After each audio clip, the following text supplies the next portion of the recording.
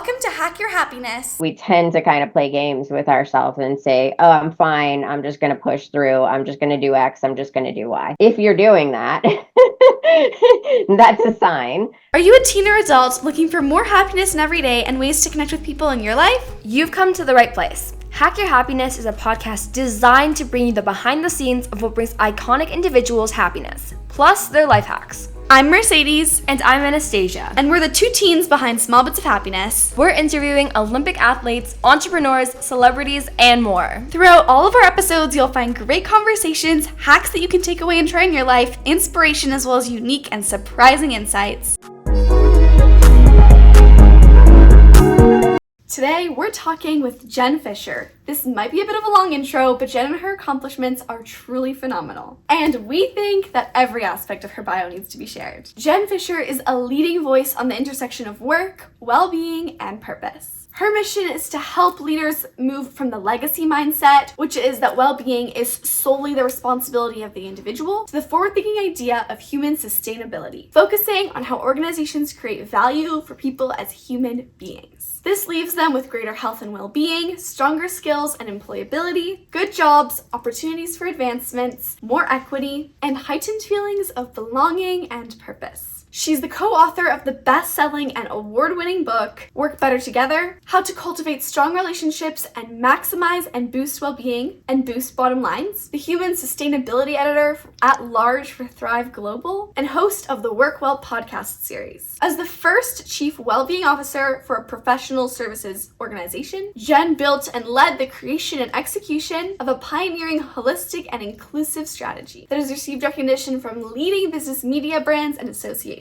Jen is a frequent writer on the issues impacting workplace well-being today, including the importance of mental health and social connection to workforce resilience, happiness, and productivity. Her work has been featured on CNBC, CNN, Fast Company, Fortune Inc., Stanford Social Innovation Review, and the Harvard Business Review, as well as more. She is a sought-after speaker and has been featured at events including TEDx, the World Happiness Summit, Out and Equal Workplace Summit, Acumen Global Gathering, WorkHuman, the Atlantic Pursuit of Happiness event, and more. She has also lectured at top universities across the country, including Harvard, Wake Forest, Duke, and George Mason. Jen is passionate about sharing her breast cancer and burnout recovery journeys in order to help others. She is also a healthy lifestyle enthusiast, self-care champion, exercise fanatic, sleep advocate, and book nerd. Jen lives in Miami with her husband Albert and dog Fiona. We are so excited to be speaking with her today. Welcome, Jen. Thank you so much. That's a very corporate bio you just read. Well, your achievements are so incredible and I think so inspiring to both of us. Thank you. Thank you so much. So you're currently an extremely successful Chief of Wellbeing at Deloitte. How did your journey begin? Oh, goodness. That's a really good question, and I will try to give a shortened version of that journey. But like any journey, it has its ups and downs and twists along the way. I have always been passionate about health and well-being, probably leaning more towards the physical exercise piece of health and well-being until I knew that there was more. And I was an athlete growing up. I played soccer all my life, even through college.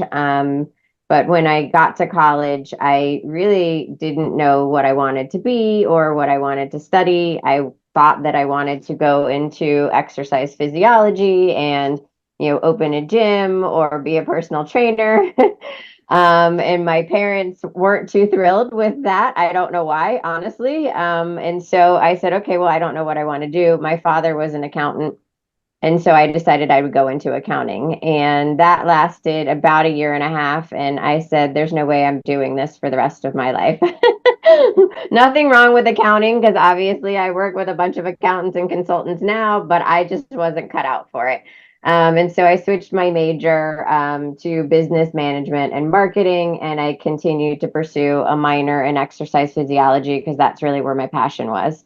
Coming out of school, I went into a marketing role at a smaller professional services organization. And then about 2 years after that is when I joined Deloitte. And so I have been at Deloitte for 23 years now, which is a really long time and makes me feel old every time I say that. And I started in the marketing organization and then went on to work with our chief operating officer, who later became our CEO, and I became his chief of staff at the time. And honestly, after coming out of the role of chief of staff for our CEO, that's really when I experienced the burnout. And we can talk more about that and what that looked like. But yeah, I was experiencing pretty significant burnout, so much so that I ended up having to take a leave of absence from work, and take some time off to seek the professional help that I really needed in order to get myself well and to reorient the priorities of my life. Most importantly, the role that work was going to play in my life, because at that point work was consuming my life, and that's not sustainable for anybody.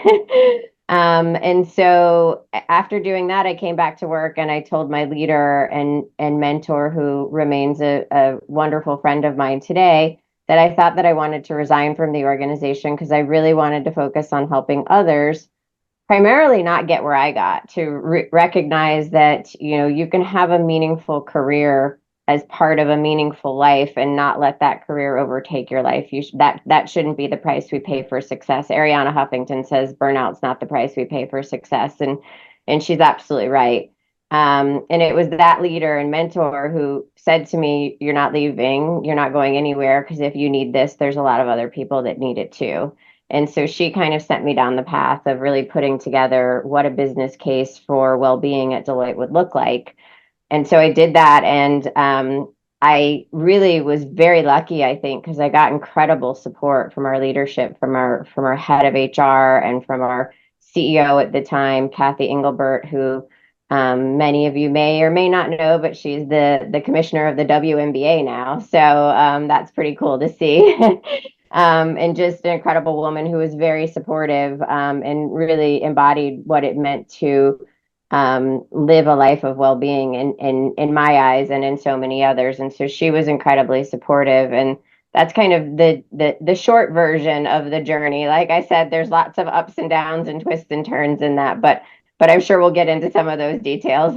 Yes, absolutely. Definitely. I mean, it's an amazing story, and I'm so happy that you shared that with us, because I think, like you said, first of all, I love how you pivoted from accounting. You learned that maybe that wasn't your passion, your area of interest, and you weren't afraid to pivot, because I think a lot of times, we talk about this a lot on our podcast, but we're a little bit afraid of maybe following our true passion because of the unknown. But I love how you said that you weren't afraid to pivot and change your major. Oh, I was probably afraid, but well, I'm glad that you did it. Anytime we make a change, right? It's scary, but that doesn't mean we shouldn't do it. But absolutely.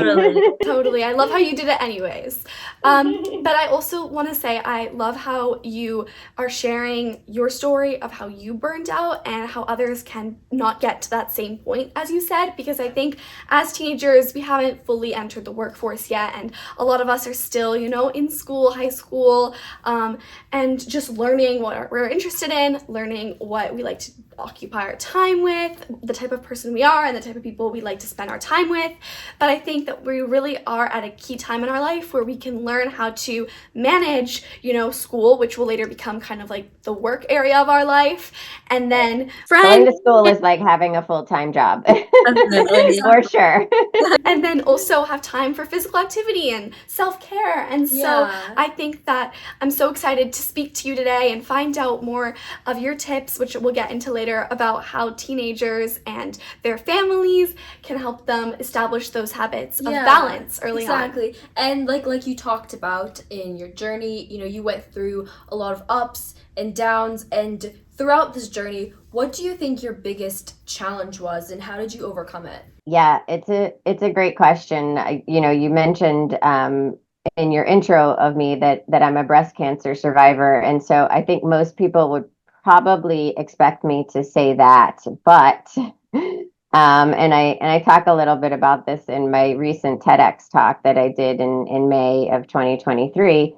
For me, actually, burnout was much more difficult than breast cancer in many ways, and that's not to minimize or diminish any type of chronic or life-threatening illness that people get diagnosed with, but I think there's a significant difference with burnout and with people that struggle with their mental health of any kind, right? Because first of all, it's your mental health. So you're not wearing a blinking sign above your head that says, I have a mental health problem. But I think especially with burnout, it still isn't really a concrete medical diagnosis. And so there's a lot of people that question whether it's real or if it exists. And it is very real. I'm here to tell you. And so, I think that people aren't ill-intended. They don't mean anything bad by it, but because we don't really understand mental health, we're getting a lot better at it. And thank you to your generation for being so much more open and willing to talk about it. Because I do think that we're removing the stigma, because the truth is that throughout our lives, all of us will struggle in one way or another with our mental health. We might struggle with our mental health on an ongoing basis. We might struggle with it, at different times for different reasons. And so, when I was struggling through burnout, number one, the internal dialogue, right? And so when I looked around, I think that this is true for teenagers. I think this is true for adults. We look around and we live in this, high performing, always on world. And so we think, and especially through social media, we think that everybody is ahead of us or doing better than us, or, we're kind of looking at this curated life, but we also all have this way of showing up, pretending like everything is fine, even when it's not. And I think that that's also particularly true for women and girls.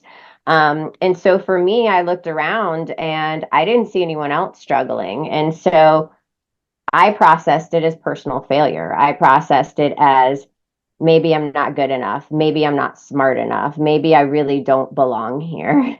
And so I never asked for the help that I needed until it got so bad that I really didn't have a choice. Like, I could get out of bed, but I could not engage in life or work in any meaningful way. And, the things you tell yourself and the things that we tell others when they're exhausted and or burning out is, I'll rest over the weekend, or I'll finish this big project and then I'll take a vacation. Or in your case, it's probably looking forward to summer or holiday break or spring break or whatever it is, right? You kind of just continue to push yourself and push through when that's not always the best answer. And so for me, that was harder, because while cancer was really hard, it's cancer. So everybody surrounds you and shows up and is there and is like, how can I help? What do you need? No one tells you, oh, well, just wait till the weekend and you can rest when you're getting chemotherapy. And so for me, that was actually, I felt like that was harder. I'm one of the lucky ones that survived it and is still here today, knowing that there are many of my friends and others that didn't. And so I don't want to lose sight of, how deadly cancer is. But burnout was really, really hard for me.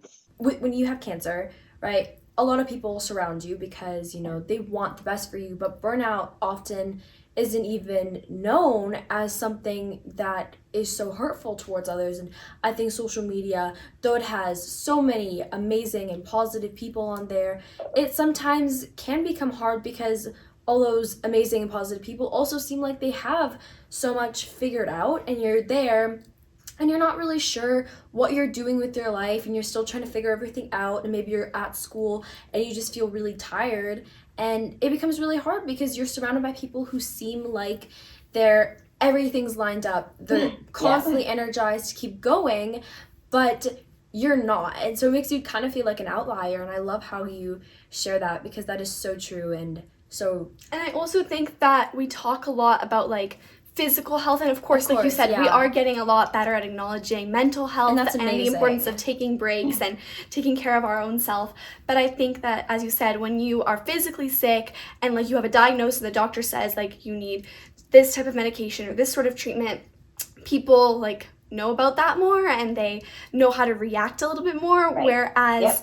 Whereas when you are struggling more internally, people might not be able to relate or fully understand. I think sometimes even we struggle to know how to respond to it ourselves. Yeah, and when we're struggling mentally. Yeah, and also I think sometimes people even get a little bit scared. They're like, is this something that can happen to me if I spend time around you? And so I think also spreading awareness of it is just so important. Yeah, absolutely. And I think one of the things that I've learned along the way too is if somebody's struggling with their mental health, a lot of times we don't have the conversation with them, or we don't approach them because it's uncomfortable, or we don't know what to say, or we're afraid that we're going to make it worse. And what I will say to that, because I have those conversations regularly, is always have the conversation, even if it's uncomfortable, because when somebody's struggling with their mental health, it's a very lonely place to be. And they don't expect you to fix it. You don't need to know how to fix it unless you are a mental health clinician, but just knowing that there are other people there for you,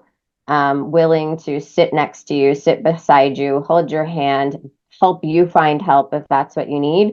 That's what most people need when they're struggling with their mental health. But we do tend to shy away from those discussions just because we don't know what to say and it's uncomfortable. Yeah, exactly. But that's part of being a good friend or a supportive coworker is being okay with being uncomfortable for the good of someone you care about. I know the two of you talk about that a lot. Yeah, but like, I just think that it's so important to be surrounded by positive, loving, caring people who genuinely care about you. And I think that especially if you're in a group of friends and people who don't value you as much, it also becomes extremely difficult because you're around people who like they don't care as much about you, and then afterwards that also makes or amplifies the feeling of loneliness. Exactly. But you do a lot of work helping individuals in the workplace prevent burnout. So what has led you to become an expert on revitalizing the workspace so that a company creates a culture of human sustainability? Yeah, I mean, so much of what we've already talked about is really what led me here and what fueled my passion. But also, I think what you all can relate to is, as adults and you all as teenagers, I mean, we spend the majority of our waking hours at work or at school. And so if the workplace or school isn't a place that is, a culture that values and rewards and promotes and supports the well-being of their workforce, truly any organization is sub-optimizing the bottom line and everything about that organization. Because if you have an organization of human beings, you have to care about their well-being because they're the ones doing the work. And so if your workforce is unwell, they are, I mean, we've seen every fancy cute name that the media could come up with, from quiet quitting to lazy girl jobs to whatever. You pick your favorite, and that's kind of all about the workplace and the workload and how unmanageable it's become for so many people. And I think what's different now, when I was experiencing burnout, that was 10 years ago, almost 10 years ago, we weren't talking about those things. It wasn't all over the media. There weren't people like the two of you having these conversations. And so I felt very alone. I didn't even know really what I was going through because nobody was talking about it. Now we're talking about it, and maybe we're talking about it because so many people are experiencing it, but we're also talking about it because there's a lot of things in the workplace that need to be fixed. And that doesn't mean that work is bad or leaders are bad. No one is bad. It's just that we've been working largely the same way for 100 years or more. The only thing really that is different, and the pandemic did change stuff with like remote work and virtual work and hybrid and all that. But really, the only thing that's different is we have technology now. And as you were just saying, I mean, we can make as many arguments for technology and why it's hurt us as we can for why it's helping us. But the truth is that technology is here to stay. It's not going away. And so we as human beings need to take control of that and learn how to use technology, and now AI and generative AI, in a way that enhances us as human beings and enhances the workplace so that we can do what humans do and be truly human in a way that helps us feel well and be well. And organizations really need to figure that out. And we're not there yet. I think it's just so important you don't have to create a new invention to, solve all of the workplace problems. But I think it's just important to kind of sometimes look have those around. Conversations and recognize that it's okay. You're not alone if you're struggling. And just like sharing the, you're not alone. We're here to help you as like a workplace. But as well as utilizing a lot of the technology, because I think technology can be definitely so helpful, and you don't have to create a whole new system or something. You can just help add in some of these amazing new inventions that have already been made and that are just helping make our world better, but also use them not for negatively, but for the positives. Yeah, and I think that at schools, again, fostering those conversations, talking to students, and as a student, knowing yourself, hey, taking downtime and taking a break is just as important as doing my work. And when I'm studying, it's important to, go to sleep and actually get good rest. And it's important not to work on homework for my entire weekend, because that not doing my homework and just doing it all weekend long is equally detrimental. Like if you're never doing your homework, that's not great. But if you're always doing your homework and you say, no, I can't hang out with my friends, no, I can't take a break, no, I can't watch a family movie night, no, I can't do this, I can't do that, can't go play my favorite sport, then you're just hurting yourself and you're forming these negative habits. So I think that's true. Just those conversations and that awareness is really key. Yeah, and I again, it's just so important to let kids, especially because I think as teenagers we all feel like we're somehow an outlier somehow, and because of that we start to feel more alone. But as soon as we kind of are let know, we're here to support you, and what you're going through is you're not the only one. And even if you're just listening to this right now, like just knowing that all teenagers, it's a struggle of balance, and it doesn't you got to learn that balance. And if you're given the tools to balance that, you'll take that to the workplace as well. You're not just going to only use it at school. So that's what your generation gives me a lot of hope for the workplace, because I will tell you, when I was your age, I knew none of this. We were not talking about it, right? And so, what we are seeing in the workplace is that the young people that are coming to us out of high school or off campus or from wherever, really there is much more of an appreciation for health and well-being, and an expectation for the employers to care for the health and well-being of the workforce. And you're absolutely right.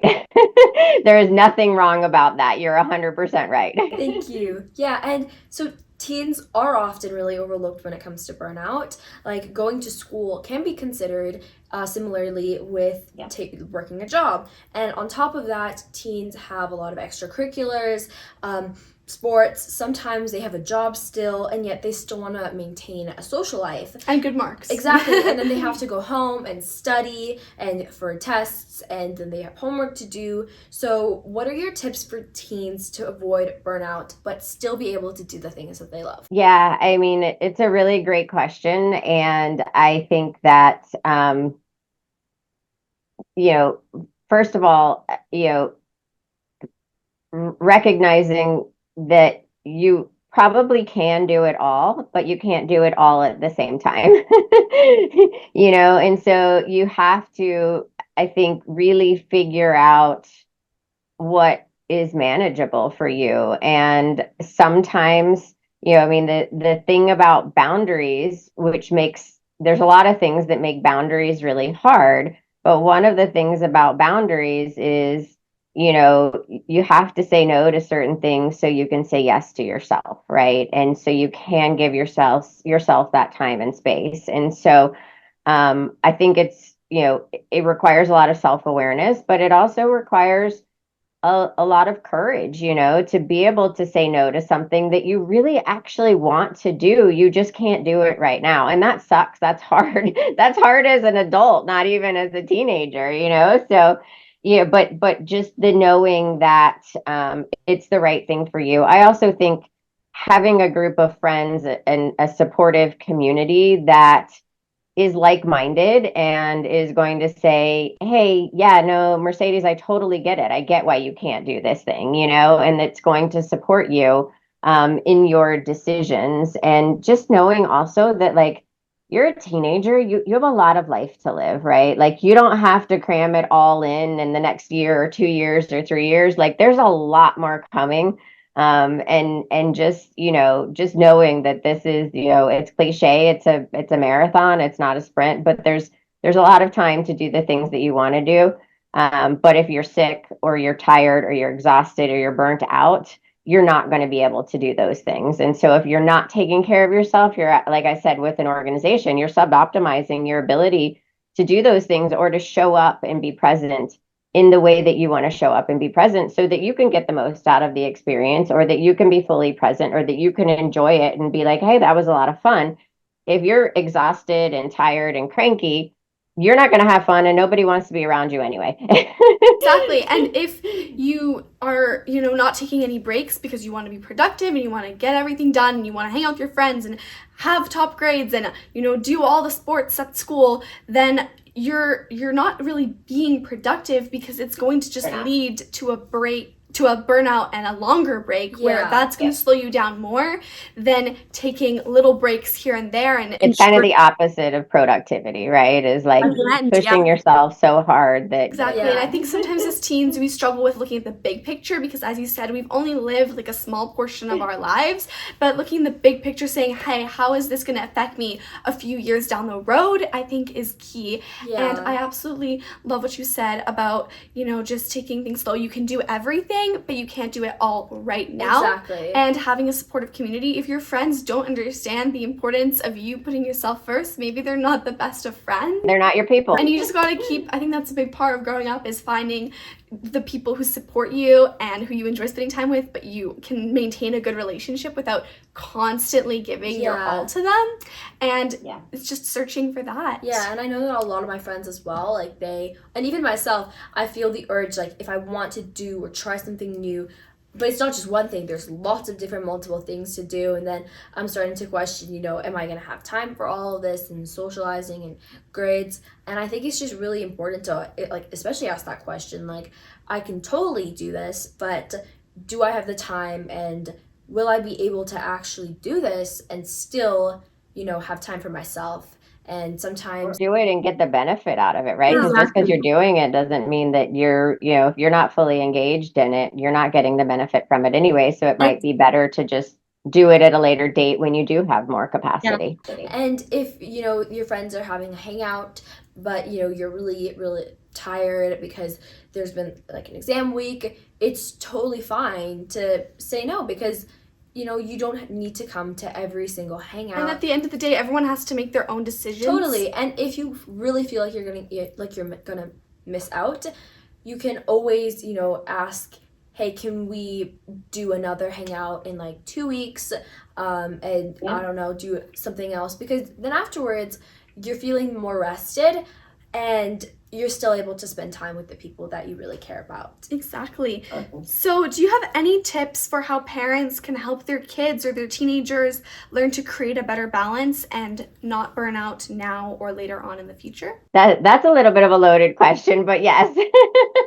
I think, parents, and I'm not a parent myself, I will just put that out there, but I do think that it's important to, as a parent, to make sure that you are supportive of your child's choices, and you're not the one that's putting the pressure on them to, make certain choices or make more choices. But I also think the most important role of a parent or a leader, or even just as a sibling or anybody, a friend, is to role model the right behavior, right? So if you're a parent and you are constantly overwhelmed and overworked and overcommitted and not taking care of yourself, your kids are going to model that behavior, because we model the behavior of the people that are closest to us. And your kids are going to think like,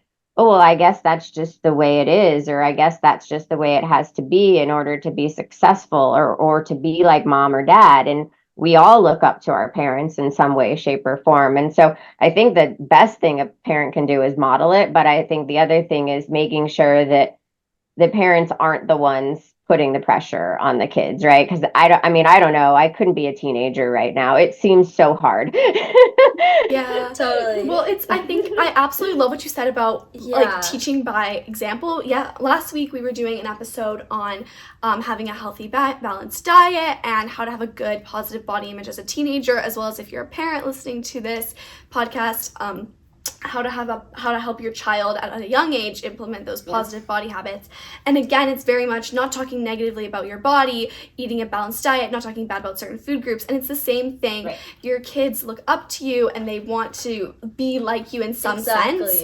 And so when you are prioritizing self-care and saying no to certain things and setting those boundaries up, you're showing them it's okay to do that. Totally. I think that really, like, the for any of the parents listening, the positive of this is that means like you get to carve out time for yourself too, right? Because I mean, parents are known, right, for they sacrifice everything for their families, and that again is ultimately not the best answer, right? Because how if you're exhausted and overworked and overwhelmed, how are you showing up as a parent? So this is also giving permission to parents to say, hey, yeah, it's okay to carve out that self-care time, because that's what you need to show up and be there for your family. And so we all need that. So that also gets like, let's give permission to parents to do that too. Exactly. Totally, I always like to think of how can you become the best version of yourself, and that means, getting that exercise, getting an adequate amount of rest and sleep, eating healthy, being around good people, and a large How part can you do those things as a family? How do you engage them together? Also imagine, how do you want your child to, do you want them to be overworked, or do you want them to be able to find a good balance, and then kind of also mirror that onto yourself. And focus on what they love rather than on 10 different things that they don't love. I know a lot of people who they do things and they don't really like it as much, but their parents just like the idea of them doing that. And I think that becomes like a really big burden because they don't want to do it, but their parents, the children become resentful because of it, because they don't want to do it, but they don't want to let their parent down, so, and we all have, every relationship's like that. We never want to let another person down, but we still need to, it's okay to look, in life, you're going to let a lot of people down. That's just the way life is, right? Like, life is it's not easy. It's not all unicorns and rainbows. What you have to make sure is that you're not letting yourself down. That's the number one thing. Because you have to be there for, like I said, the long haul, like zoom out and think about, well, is my lifestyle sustainable, like, for the next years of my life? Exactly. This often, doing all these things that teens don't like can totally lead to burnout.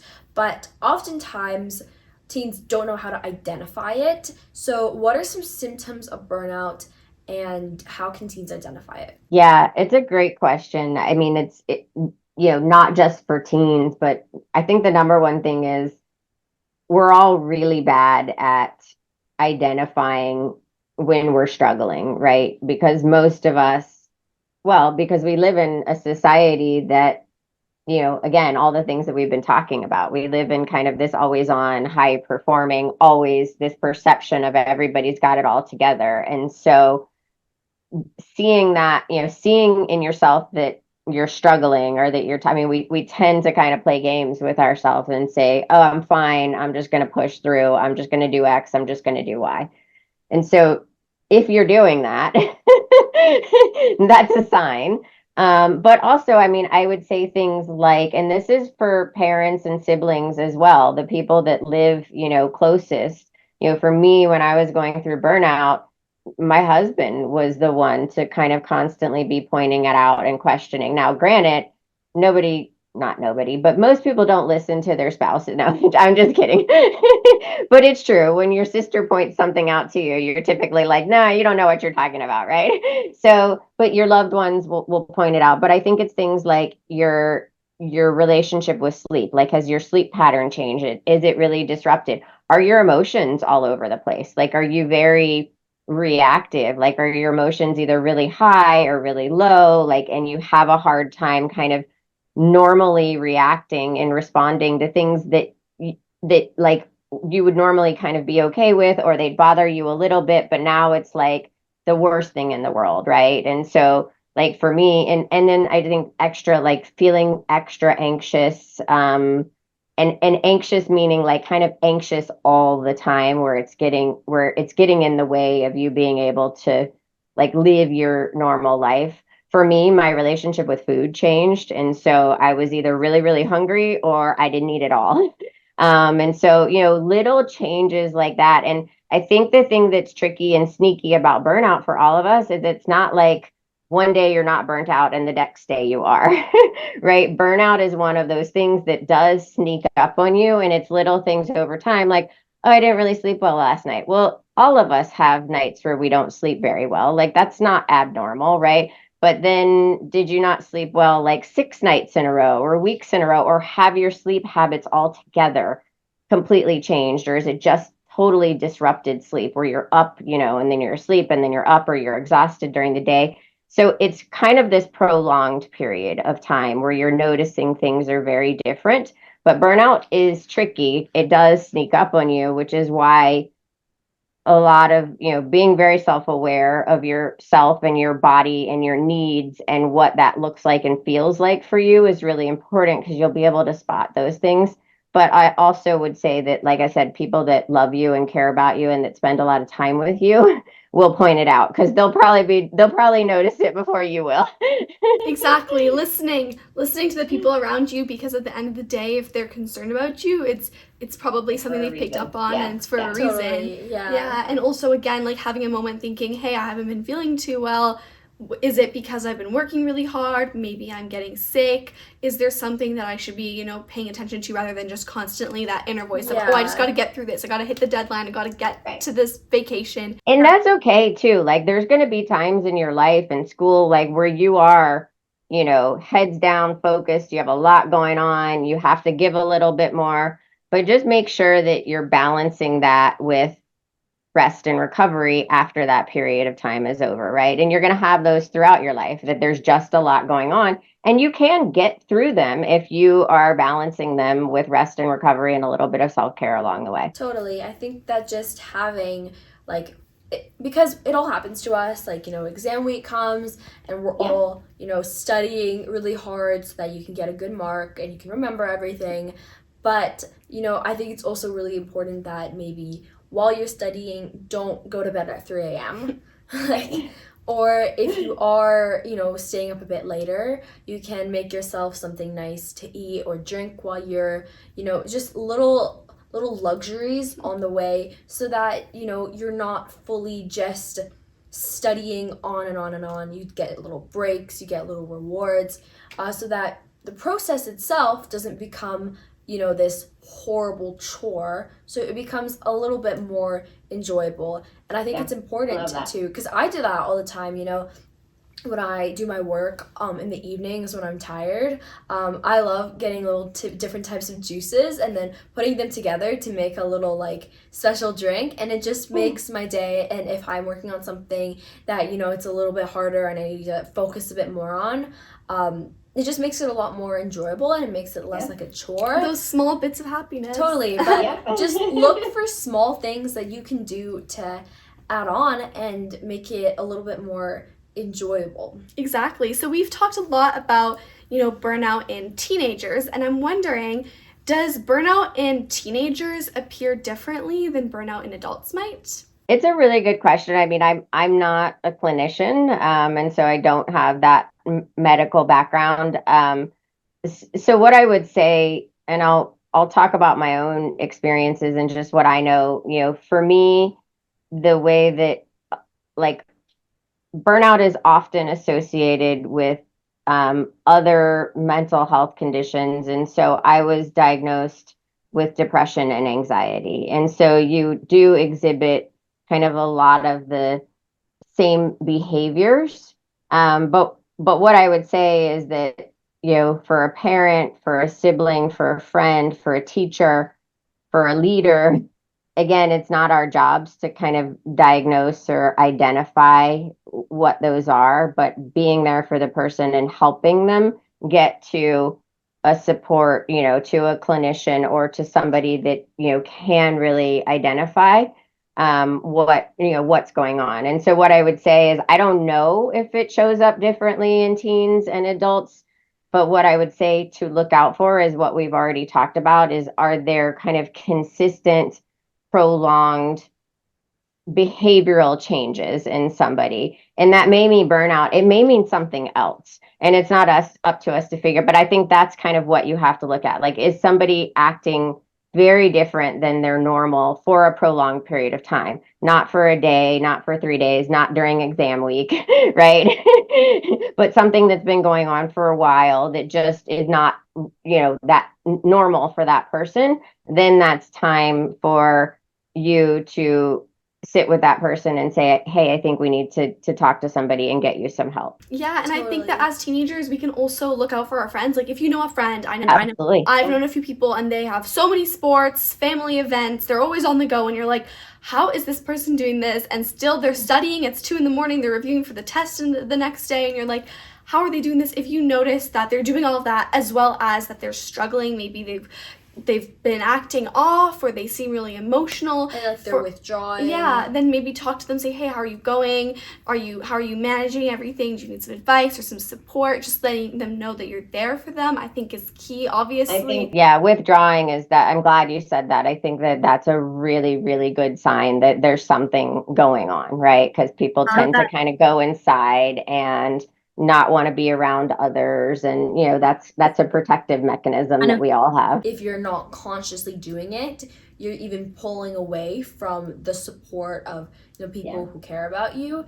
And I think that if you do like fully withdraw, it becomes so much more difficult to then get support. So if like you notice your friend doing that, kind of try to pull them back in conversations. If they're just sitting out, try to engage them and make them feel like they are a part of the group. Yeah, because socialization is so important to our happiness and being with someone who cares about you. It's the number one thing. Exactly. So do you have like 3 top tips for teenagers to prevent burnout?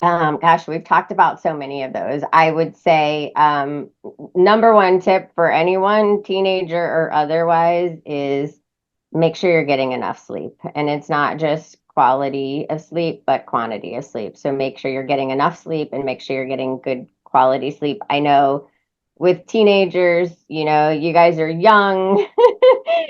You can do a lot on a little bit of sleep, but it's not good for you. It's not healthy, and all of these things that we've been talking about, when you're not well rested, it just makes all of these things harder or worse or harder to see. It also makes, like when you sleep, the process of sleep, means if you study and then you go to, like, you need sleep, good quality and quantity of sleep to remember all of the things that you just studied so you can go take the test tomorrow and pass it. Right? So we talk about sleep as like the most underrated performance enhancer that we all have access to, but that we're all really bad at because we tend to sacrifice our, like, not sleep is the number one thing we sacrifice because we're like, oh, I'll just stay up late, or I'll just, but that's like the number one thing. You just mentioned, connections and relationships. Don't be afraid to ask for help, right? Create your community, have your people, don't be afraid to reach out and say, hey, I'm struggling with this and I need your support, or I need a little bit of help. I think for me in my story in my life, when I look back at the times that I should have asked for help and I didn't, I don't know why I didn't. I should have. And so, maintaining those strong connections, asking for help when you need it, and then, as you said, being there for somebody else when they need help. That benefits everybody. It benefits that person. It also benefits you. So we all get the benefit of being there for one another. And then the third, I kind of already alluded to it. I mean, life is long, right? And I think we oftentimes think that we need to cram it all in right now. And you don't. And so, enjoy, like, give yourself the time and space to enjoy the experiences that you're having now. Because one thing you can't do is go back and redo it. Right. And so recognize the moment that you're in and give yourself that permission and that space to enjoy the moment that you're in, knowing that there's a lot more to come.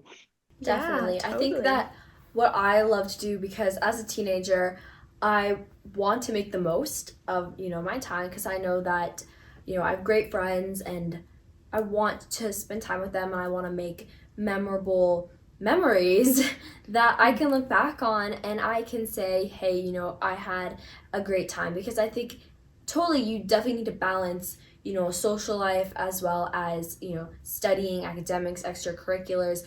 But if you're only focusing on just getting work done and everything, you're going to miss out on, making those memories. And when you look back, all you're going to do is remember all the negativity, just feeling, upset that you have all of this work to do.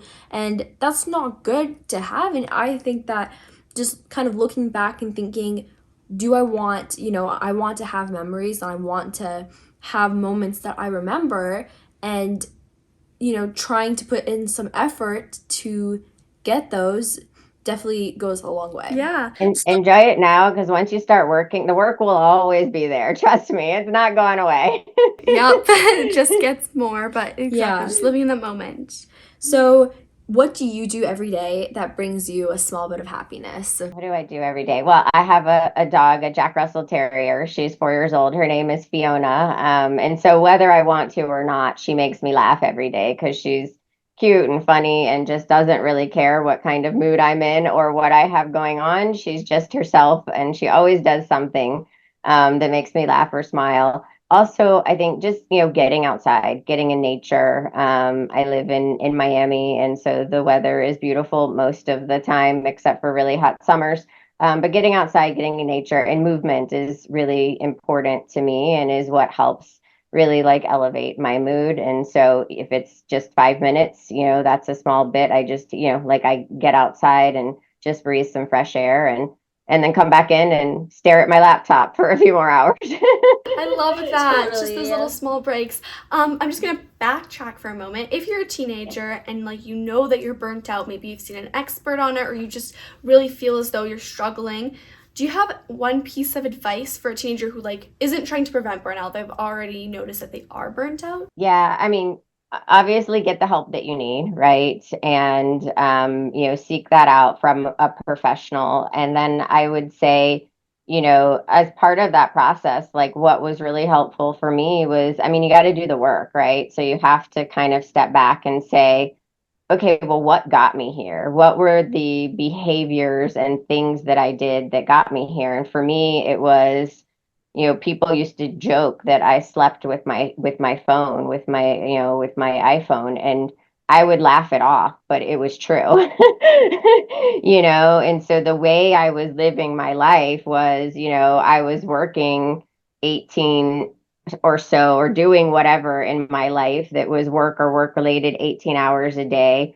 I was probably sleeping 4 hours a day, and I prided myself on getting to the gym for an hour a day. And because I went to the gym for an hour a day, I was like, wow, I'm better than everybody else. I'm healthy. I'm going to the gym. Everything's good, until it wasn't, because I wasn't taking care of my mental health. I wasn't sleeping. I wasn't creating those moments of self-care. I didn't even have time to, I wasn't creating the time to connect with my spouse and with my loved ones and with my friends. And so all the things that we talked about today, I wasn't doing. And so obviously I was going to. So when I took a step back and kind of took stock of that, I was like, holy crap. And so I really kind of had to redesign my life and say, okay, this is, these are the things in my life that matter to me, that make me, and I'm going to prioritize them. And yes, having a meaningful job and a meaningful career is one of those, but it's also just one of those. Exactly. Yeah, I I love agree. that. So what is one piece of advice that you wish that you could give to your teenage self? Slow down and enjoy the ride. Live in the present, right? Yeah, live in the present. It all goes by so quickly. So yeah, live in the moment, slow down. Don't put so much pressure on yourself. And I think the other thing I would say is, live your life by your own definition of success. It's so easy to look around and define success by what everybody else is doing. Make sure that you're living life on your terms and you've defined what success looks like for you. Everyone has to live their own life. Like I said, everyone has to make their own Totally. choices. And just because someone on social media is doing this and your friend is doing that and your sibling is doing that, you are just got to do what Yeah. fulfills you. It's your journey, and I think all journeys end in different places. And you don't need to be at the exact same destination as an influencer on social media. And I think it's also important to recognize that, because success is something different for everybody, and finding out what that is for yourself is something you'll find along on your journey. And I think you just focusing on that, focusing on what you like right now and what your passions are, and in the end you will get to your definition of success. Exactly. So do you have a motivational quote that you love and remember? And if you do, would you mind sharing with us and telling its significance? So I think my favorite motivational quote is without change, there'd be no butterflies. It's by Maya Angelou. And as you can see behind me, I'm surrounded by butterflies. I have a butterfly on my wrist. And the significance of the butterfly is, transformation, that we're all transforming. We're all on a journey, and sometimes that journey is hard, but hard also leads to beautiful things. And so it's okay that it's hard. And so it's just kind of a constant reminder to me that, never stay stagnant. That doesn't mean you always have to be grinding, but you should always be growing and learning. I absolutely love that. And I love the metaphor of a butterfly. I think that's such a beautiful way to look at change. And they're beautiful. Exactly.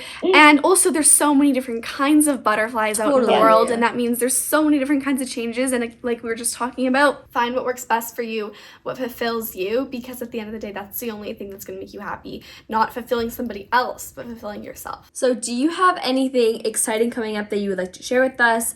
Any goals that you have or events happening, etc.? Let's see, goals that I have. I do have a really exciting event coming up in March 19th and 20th. I will be in London for the 2024 World Happiness Summit, which the two of you should get to one of these days. It's an incredible event. I've been participating for the last couple of years, have presented, and this year I get to be one of the co-MCs. And so that's a new and different experience for me that I'm equally terrified and excited about. So I'm really looking forward to that. Oh, awesome. Well, that's so exciting. And London is such a fun destination. It'll be a great place to explore as well, and a great opportunity, and we're really excited for you. Yeah, awesome. Thank Well, you. Is there anywhere where our audience can go and find you if they want to see what else you're working on or follow along? Yeah, absolutely. You can find me on Instagram at jenfish23. You mentioned my book, Work Better Together, that I co-authored with Ann Phillips. That's a place you can check out my work. I have the WorkWell podcast, which you can get on any podcatcher. WorkWell is all one word. I also have a Substack newsletter that's called Thoughts on Being Well, so you can look me up there. And then, of course, if you are on LinkedIn, or I don't know if that's just for us old folks that are in the working world, but if you're on LinkedIn, I'm on LinkedIn, and I'd love to connect with you there as well. Awesome. Perfect. Sounds good. Well, I will have all of those, make sure that they're all linked in our show notes too. So if anyone wants, there's easy access links there.